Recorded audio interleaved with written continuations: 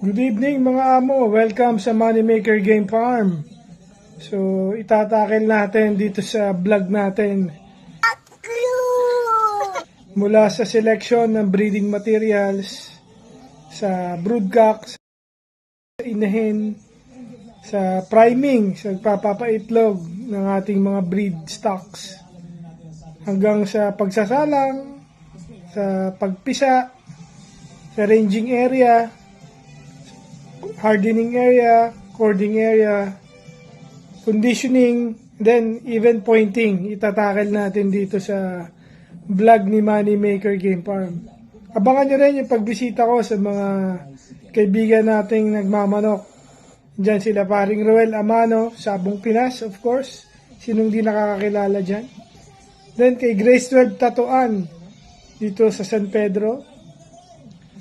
Bibisitahin natin yung mga kaibigan natin, mga kumpare, sila Bluestone Game Farm, sila Alan Ablao. Then bibisita rin tayo sa mga ibang tropa dyan sa Batangas, sa Kimberana. So mag-subscribe muna tayo para tuloy-tuloy po yung topic natin.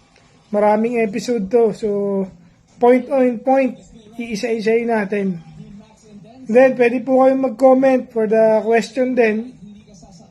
Kung ano po yung mga katanungan nyo mula breeding, mula itlog hanggang sa bungan. So, yun po yung pinaka-objective ng vlog na to. Kasi hindi naman tayo magbablog dahil magaling tayo. Magbablog tayo kasi gusto natin matuto. Yung mga baguhan, mga gustong pulutin yung dapat pulutin. Yung alam nyong logical na makakatulong sa pagmamanok nyo. Pwede nyo rin hindi pilutin, di ba? Kung ano lang yung nasa sa inyo. Sa amin naman, yung mga ibablog ko dito, based on my experience na.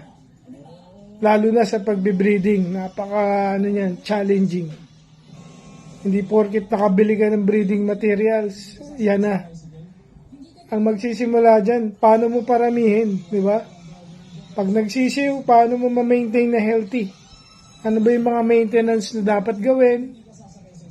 Magbo-brooding ka ba o hindi ka magbo-brooding? So, yun, abangan nyo, isa-isahin natin lahat yan.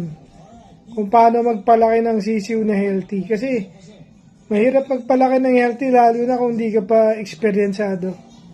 So, sa akin, pulutin nyo lang yung dapat nyo pulutin para lang makatulong sa pagmamanok nyo. So, pero syempre, kailangan nyo mag-subscribe muna para ganahan tayo isa-isahin lahat ng topic. So, yun po muna. Inano ko lang yung objective ng vlog natin. No? Ayos ba yan mga amo? Ayos?